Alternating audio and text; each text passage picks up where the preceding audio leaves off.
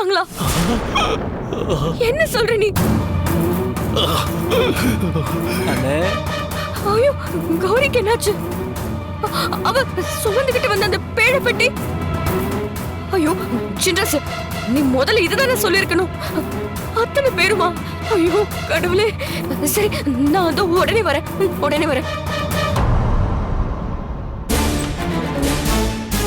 அண்ணே, அண்ணே, சந்தோஷமா இருக்கு. இந்நேரம் நம்ம பசங்க அந்த பேழப்பட்டி எடுத்துட்டு வந்துட்டு இருப்பானுங்க.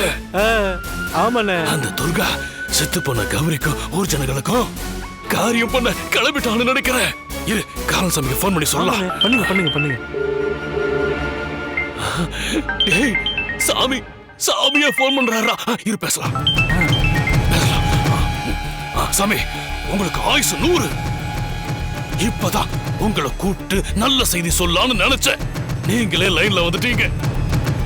சாமி, நாம சாதிச்சிட்டோம். நான் அனுப்புன ஆளுங்க அந்த கௌரி தலை வேற முண்ட வேறமா வெட்டி எரிஞ்சிட்டானுங்க. இன்னும் கொஞ்ச நேரத்துல பேழப்பட்டு என் கைக்கு வந்து சேர்ந்துடும்.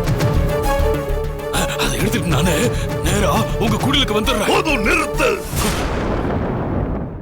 அங்க என்ன நடந்துட்டு இருக்குன்னு தெரியாம நீ பாட்டுக்கு உளறிட்டு இருக்காத. என்ன சாமி சொல்றீங்க?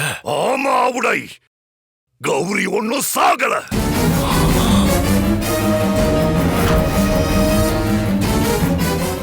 அந்த வனாந்தர காட்டுக்குள்ள தங்க தடை இல்லாம கையில பேழ பெட்டியோட கௌரி முன்னோக்கி போயிட்டு இருக்கான். என்னாச்சுன்னா?